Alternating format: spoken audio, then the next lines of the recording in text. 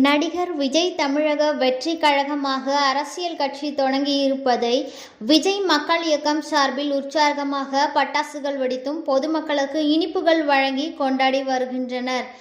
ராணிப்பேட்டை மாவட்டம் நடிகர் விஜய் மக்கள் இயக்கம் இன்று அரசியல் கட்சியாக அதிகாரப்பூர்வமாக மாற்றப்பட்டு தமிழக வெற்றி கழகமாக அறிவிக்கப்பட்டிருப்பதை தொடர்ந்து ராணிப்பேட்டை மாவட்டம் வாலாஜாபேட்டை பேருந்து நிலையத்தில் மாவட்ட விஜய் மக்கள் இயக்கத்தின் தலைவர் மோகன் தலைமையிலான 100க்கும் மேற்பட்டோர் ஒன்றிணைந்து பேருந்து நிலையத்தில் வைக்கப்பட்டுள்ள மகாத்மா காந்தி அவர்களின் திருவுருவ சிலைக்கு மாலை அணிவித்து மரியாதை செலுத்தியதோடு பொதுமக்களுக்கு இனிப்புகளை வழங்கி மாவட்ட விஜய் மக்கள் இயக்கத்தினர் பட்டாசுகளை வெடித்து கட்சியின் பெயரான தமிழக வெற்றி கழகம் என்ற பெயரை உச்சரித்து ஆரவாரமாக கோஷங்களை எழுப்பியவாறு கொண்டாட்டத்தில் ஈடுபட்டு வருகின்றனர்.